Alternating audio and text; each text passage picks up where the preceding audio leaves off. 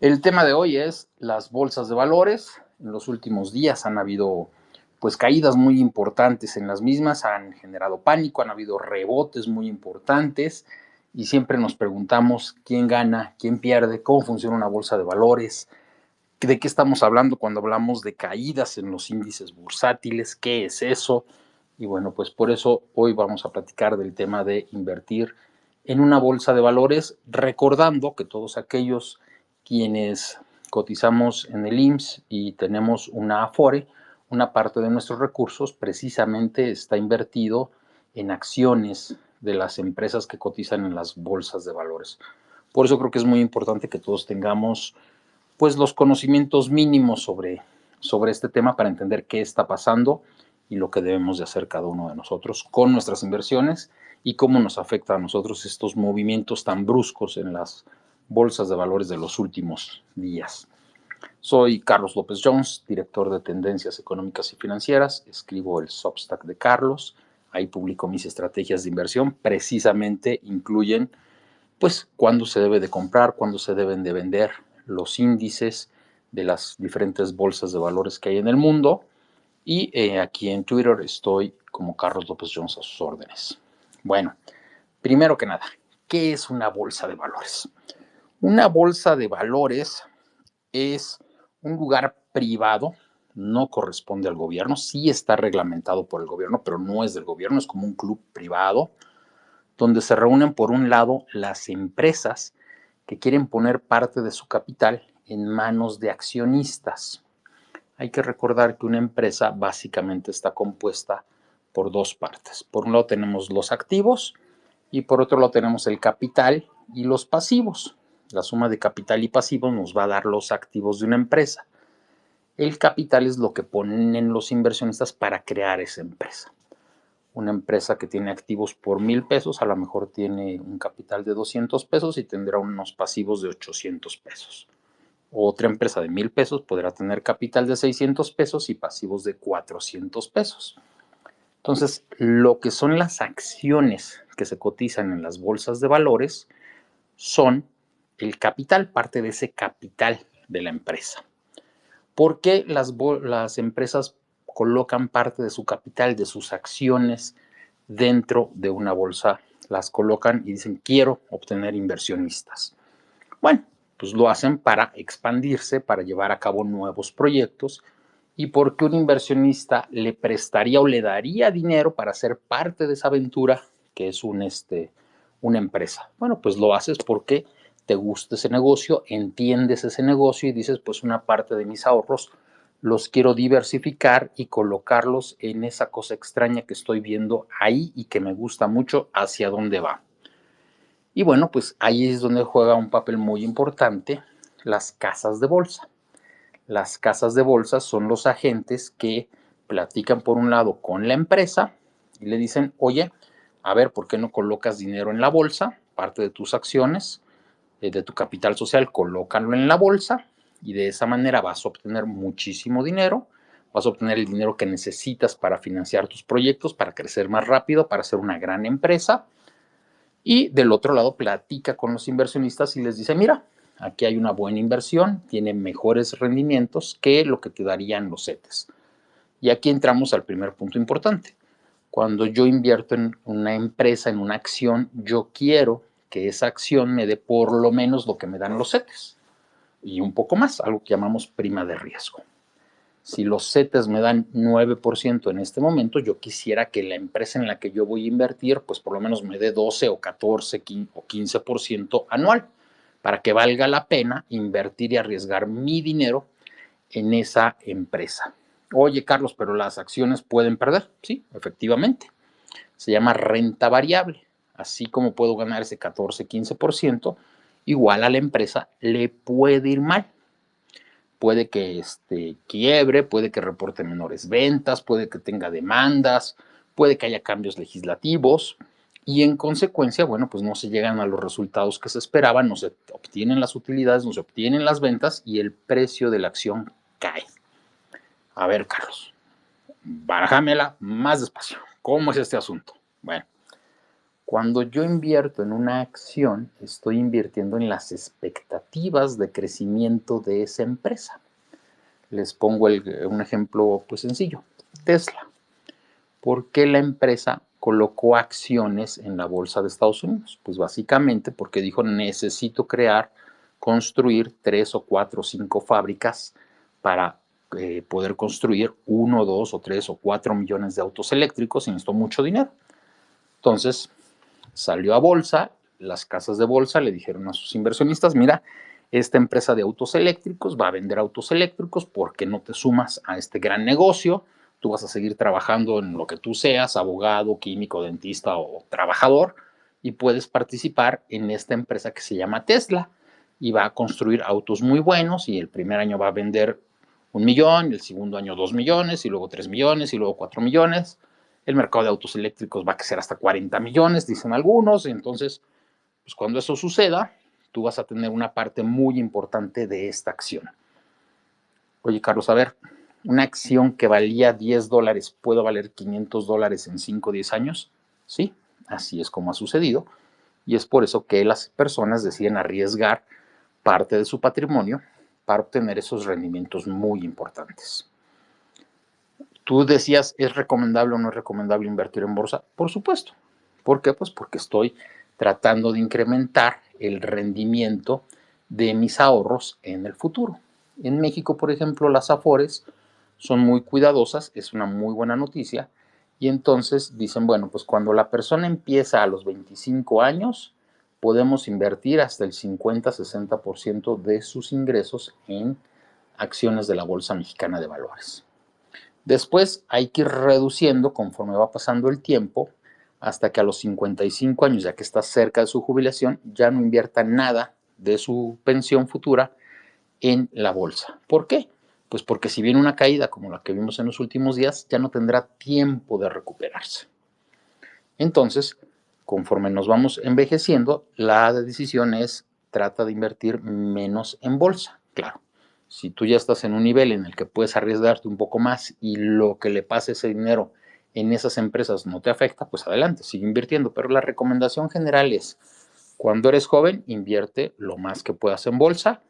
Conforme vas creciendo, ve reduciendo ese riesgo, porque hay un riesgo inherente al invertir en bolsa. Y conforme te acerques a tu edad de jubilación, pues ya no inviertas tanto en bolsa o redúcelo mucho y ya nada más invierte en papeles de deuda o lo que se llamaba antes renta fija. ¿Qué es eso? Bueno, pues son papeles que me van a dar un rendimiento seguro al paso del tiempo, como es el CETE. Ahorita 9%, que es nuestra tasa libre de riesgo, que es la de los CETES, es una buena tasa. Carlos, vamos a seguir con el tema de la bolsa. Perfecto. En Estados Unidos hay varias bolsas de valores. Una de ellas es la de Nueva York, el New York Stock Exchange, y esa es de 1790 más o menos, ahí fue creada. Y en 1970, hace apenas 52, 53 años, 54 años ya, se creó el Nasdaq, que es una empresa de empresas de tecnología. Las empresas de tecnología dijeron, si nos gusta obtener dinero, necesitamos mucho dinero, pero tenemos que hacerlo en una bolsa que nos cobre menos dinero por participar, porque evidentemente las bolsas de valores son negocios, le cobran a las casas de bolsa, le cobran a las empresas por participar ahí, por poner la infraestructura. Queremos una bolsa donde no haya un piso de remates, porque antes había pisos de remates donde unos compraban y otros vendían, y entonces se creó el Nasdaq. Por ejemplo, en México, en Tendencias Económicas y Financieras, cada 3 meses sacamos un reporte de todas las empresas que cotizan en bolsa y más o menos estamos hablando de 150 empresas. De las empresas del New York Stock Exchange, por ejemplo, son más o menos 2,000 empresas las que cotizan en esa bolsa. Y en el Nasdaq hay 3,000 empresas cotizando en este momento en el Nasdaq. Y bueno, pues sería una locura revisar las 2,000 o revisar las 3,000 de Estados Unidos o incluso revisar las 150 mexicanas. Entonces se crean índices. El Dow Jones, que es de los más conocidos, pues toma las 30 empresas más importantes de, ¿cómo se dice? De la bolsa de Nueva York. El Nasdaq toma las 30 más importantes y el Standard & Poor's 500 toma 500 empresas, tanto del Dow Jones como de la bolsa del Nasdaq. Entonces, así ustedes van teniendo una diversificación y van viendo. Entonces, cuando escuchamos que el Dow Jones o que la bolsa de Nueva York bajó, lo que baja realmente es el precio de esas acciones. Hay acciones que en ese índice, en esa mezcla, van a bajar más unas que otras, van a pesar más unas que otras. Entonces, pues si la que pesa mucho baja poquito, pues el índice va a caer un poco. En el caso de México, por ejemplo, en 1980, la empresa que más pesaba era Altos Hornos de México. Después la empresa que más pesaba era Teléfonos de México. Después la empresa que más pesaba era América Móvil y ahorita se está peleando con FEMSA y con Walmart por ser las empresas con mayor peso relativo dentro del índice de precios y cotizaciones de la Bolsa Mexicana de Valores, por ejemplo. Y podemos poner los mismos ejemplos para las empresas norteamericanas. ¿Qué pasa? ¿Por qué cayeron las bolsas? Bueno, básicamente lo que hemos estado viendo es un cambio de expectativas. Pongamos otra vez el ejemplo de Tesla. Tesla era una empresa que nos había dicho que cada año iba a vender 6 millones de autos, iba a llegar a esa cantidad de autos y que ahorita estaría vendiendo 2.5 millones de autos, el siguiente año 3 millones, el siguiente 4 y así 5 y luego 6. ¿Pero qué pasó? Pues que se le caen sus ventas en China, se le caen sus ventas en Europa y se le caen un poco las ventas en Estados Unidos. Entonces llegar a los 6 millones ya no se va a lograr.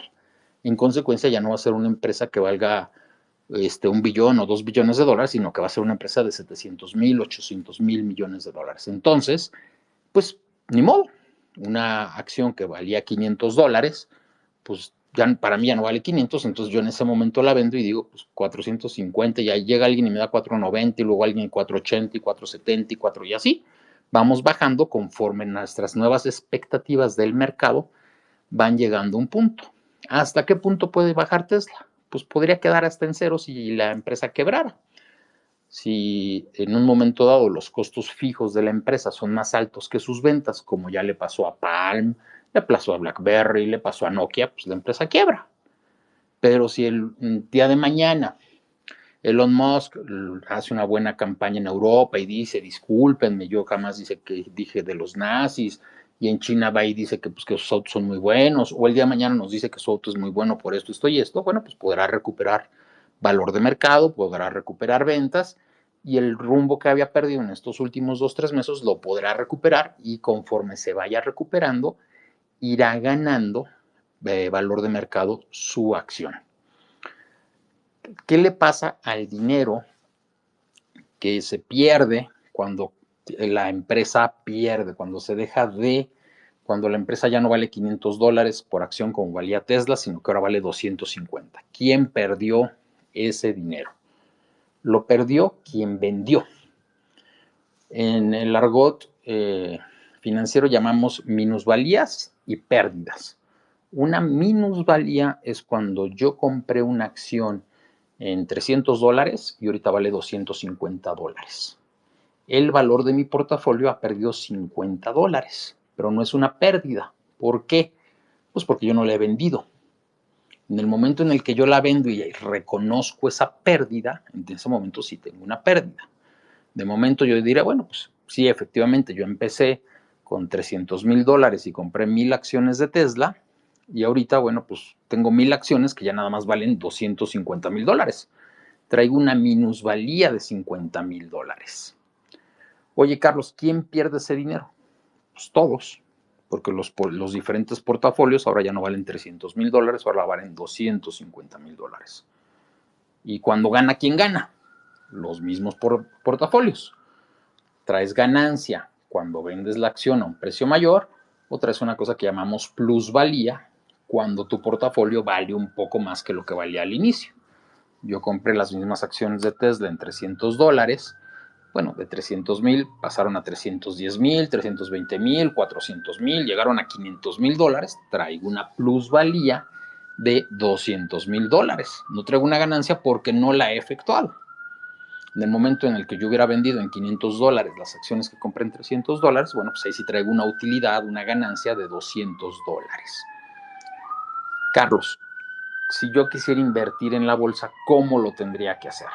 Bueno, lo primero que yo les recomiendo es conozcan muy bien el mercado al que se van a meter. Si ustedes no le entienden, un caso muy típico, a Instagram, no se metan a comprar acciones de Instagram. No tiene ningún sentido comprar acciones de Instagram si ustedes no entienden de dónde saca dinero Instagram, cómo gana dinero Instagram, ¿no? ¿Por qué? Porque una vez que yo entro a esas acciones, tengo que ir buscando toda la información posible para ver cómo le va a ir a esa acción. Un ejemplo sencillo es Walmart, esta cadena de tiendas que en México es la empresa que reporta después de Pemex. Pemex reporta cada año ingresos por 1.6 billones de pesos y Walmart reporta sus operaciones nada más de México y Centroamérica alrededor de 980 mil millones de pesos. Pero en Estados Unidos, donde reporta mucho más que en México, lo que hacen los inversionistas y las personas que analizan esa acción en particular es que revisan fotos satelitales de los estacionamientos de Walmart para ver cuántos autos se estacionaron en ciertos días y a ciertas horas. Si se estacionaron más autos este mes, significa que Walmart vendió más. Si se estacionaron menos autos este mes que los que se estacionaron el mes pasado, pues significa que las ventas de Walmart van a caer este mes. Por ejemplo, los aeropuertos, los grupos aeroportuarios en México reportan cada mes el tráfico aéreo y reportan también el número de llegadas de pasajeros nacionales e internacionales. ASUR, que es el grupo aeroportuario del sureste y que tiene a Cancún, que es su principal aeropuerto, por ejemplo, reportó que el año pasado, en marzo del año pasado, llegaron a Cancún 2 millones de turistas internacionales, tan solo en el mes de marzo. Y para este mes de marzo llegaron 1.8 millones. Entonces ya sabemos que hay una caída de 10%. Al mismo tiempo, la Canirac en Cancún nos dijo que los restaurantes habían sufrido una caída de comensales en Cancún. Entonces también sabemos que los hoteles muy probablemente van a reportar una caída en sus ingresos. Y entonces, ¿qué va a pasar? Bueno, pues que sí, que tengo menos ingresos, tengo menos utilidades y en consecuencia, pues el valor de mi acción va a valer menos. Porque al final del día, lo que obtenemos los que invertimos en bolsa y que somos accionistas de estas acciones, todos los que tenemos afuera somos accionistas, son lo que nos dan es un reparto de utilidades. ¿Por qué? Ya sea que haya una cosa que se llaman dividendos, que la empresa dice, tuvimos tantas utilidades y yo voy a dar dividendos. Hay algunas emisoras que sí lo hacen, hay otras emisoras que no lo hacen. O bien con esos dividendos los utilizo para hacer nuevas inversiones, para construir nuevos hoteles, para remodelar el hotel, para comprar mobiliario, etcétera, etcétera. Entonces, eso va mejorando el hotel y va haciendo que se pueda cobrar cada vez más por cada noche de habitación y eso va generando mayores utilidades y en consecuencia pues le va dando valor a mis activos y eso provoca que el valor general de mi acción vaya subiendo. Entonces yo tengo que estar muy consciente de en dónde estoy metido, cuáles son esos riesgos. ¿Por qué hubo caídas generalizadas la semana pasada en todas las bolsas? Bueno, pues porque cambiaron las perspectivas. Básicamente Estados Unidos y las empresas norteamericanas que están dentro de esas bolsas de valores, antes le iban a vender a todo el mundo sin problemas y ahora con los aranceles, bueno, pues espera uno, que les cueste más a ellos producir lo que producen y dos, con las aranceles que ponen de retache los otros países, pues que se les cierren esos países a esas empresas norteamericanas.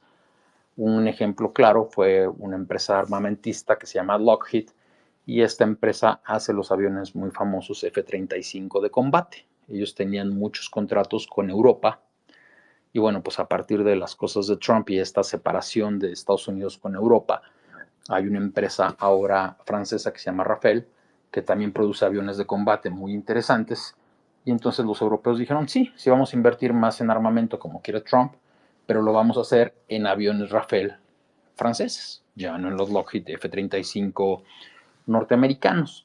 Entonces Lockheed, por esta situación, pues ahora va a haber una disminución en sus ingresos proyectados a futuro y en consecuencia el valor de su empresa no va a llegar a donde ellos querían que llegara o lo que ellos habían prometido que iban a llegar.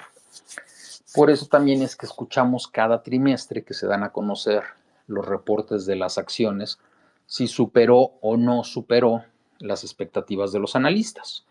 Las casas de bolsa, los bancos tienen sus áreas de análisis y revisan si cada una de las acciones va o no va. Una pregunta que me han hecho mucho es, oye Carlos, ¿es cierto que en México hay un grupo de control en las emisoras y en Estados Unidos no? Efectivamente. En México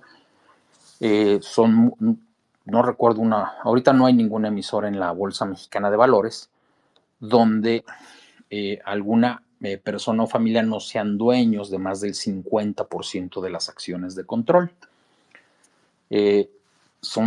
Pues hay una familia en la que tú como pequeño inversionista confías y dices, bueno, pues por ejemplo, la familia Balleres, que ha sido la dueña de Palacio de Hierro en los últimos 100 años, pues tiene colocado el 20% de todas las acciones de Palacio de Hierro solamente en la Bolsa Mexicana de Valores. Entonces tú, cuando eres inversionista y compras acciones de Palacio de Hierro, pues compras cuando mucho el 20%. El 80% sigue en manos de la familia Balleres. En el caso de Slim, por ejemplo, él divide sus acciones en dos tipos, unas que se llaman de control y otras que se llaman solamente de voto. Tú no puedes más que comprar las acciones que tienen voto pero no tienen voz, no tienes control y confías en Carlos Slim. En Estados Unidos, no. En Estados Unidos, los dueños de las acciones de las emisoras colocan una gran parte y se quedan sin el control de su propia empresa. Por ejemplo, Ford. Hace años que ninguno de los descendientes de Ford dirige Ford. Lo dirigen personas que son especialistas en dirigir las empresas. Bill Gates sigue siendo dueño de una parte interesante de Microsoft, creo que anda entre el 6 y el 8%, y Bill Gates ya no tiene nada que ver con Microsoft. Ya hay una persona muy especializada en dirigir empresas que dirige Microsoft. Y lo mismo pasa con Larry Page, que es el creador de Google. Llega un punto en el que ellos deciden retirarse para dejar a gente profesional que continúe con el sueño de hacer de esas empresas algo cada vez más grande. Y lo que ellos dicen es, yo prefiero ser dueño del 1% de una empresa que vale 1,000 pesos, esos son 10 pesos, que dueño del 50% de una empresa que vale 10 pesos, 5 pesos. Entonces, de esa manera soy dueño de algo más grande y además, pues mi empresa logra llegar a lugares más grandes. ¿Cómo nosotros qué hacemos? Bueno, pues nosotros le ayudamos a las empresas a que empiecen a cotizar en la Bolsa Mexicana de Valores. Como les platicaba, es una bolsa muy pequeña, son 150 empresas nada más. No hay empresas del sector tecnológico, no hay empresas automotrices. Si ustedes quisieran invertir en esas empresas automotrices o tecnológicas, lo tendrían que hacer a través del Sistema Internacional de Cotizaciones de la Bolsa Mexicana de Valores. Y ahí ustedes podrían comprar acciones de empresas norteamericanas de esos sectores. Se compran en pesos. Por ejemplo, la acción de Ford, si valiera $10, pues en pesos valdría 200 pesos. Ustedes tendrían su cuenta en pesos, comprarían 200 pesos una acción de Ford. Si la acción de Ford subiera a $11 y se mantuviera el tipo de cambio en 20 pesos, pues su acción en pesos valdría 220. Y si hubiese una devaluación una depreciación, perdón, a 25 pesos de una acción que vale $10, pues pasaría de 200 a 250 pesos su acción. Entonces, de esa manera, al invertir a través del SIC, del Sistema Internacional de Cotizaciones de la Bolsa Mexicana de Valores, pues ustedes estarán protegidos. Entonces, creo que entre las conclusiones que podemos decir es, uno, sí es conveniente invertir una parte de sus ahorros en acciones. Dos, preferentemente hay que hacerlo de la mano de un asesor que tenga tiempo, que conozca, que haya pasado por crisis para que no se apanique. Tres, no hay que comprar y vender de forma muy seguida, porque pues ahí lo que ustedes están haciendo es darle todo su dinero en comisiones a las casas de bolsa. Siempre que inviertan, por favor, pongan una salida a las pérdidas, no más de 5% para tener mucho cuidado. 4, hay formas de invertir en bolsa a través de los índices de las mismas bolsas. Eso me parece que es una mejor manera de hacerlo. A mí me gusta más invertir a través de índices que a través de empresas seleccionadas. Y 5, en el mediano y en el largo plazo, las acciones normalmente van al alza porque las economías van a la alza, las empresas normalmente se expanden y normalmente tienes buenos rendimientos en el largo plazo. Por eso se recomienda pues, no apanicarse. No tuve pérdidas, tuve minusvalías, sí bajó un poco el valor de mi acción, pero yo espero que siga subiendo en los próximos años, meses o lo que sea, ¿no? Entonces, hay que tener cuidado, hay que ser pacientes y sí, lamentablemente cuando invertimos en bolsa, como a veces pues nuestros rendimientos caen, el valor de nuestros portafolios cae, pues sí, nos duele el estómago un poco, nos duele un poco el hígado, por eso yo le digo a la gente que no invierte en bolsa su súper, ¿no? Hay que invertir esa parte de nuestros recursos que tenemos de más, que podemos soportar una cierta pérdida, y bueno, como en cualquier inversión, es padre hacer pues escenarios alegres, pero lo mejor es disminuir riesgos, controlar esos riesgos para que si hay una pérdida, que nadie quiere y nadie invierte para perder, pero si llegara a haber, poderla disminuir y tener mucho cuidado. Soy Carlos López Jones, director de Tendencias Económicas y Financieras. Escribo el Substack de Carlos y evidentemente cada domingo ahí escribo mis estrategias de inversión que incluyen los niveles de compra y venta de los principales índices de todo el mundo bursátiles. En X estoy en Carlos López Jones y gracias a la doctora Erika Dan, este space se convierte en un podcast que subimos a Spotify y Apple Podcast. Muchísimas gracias.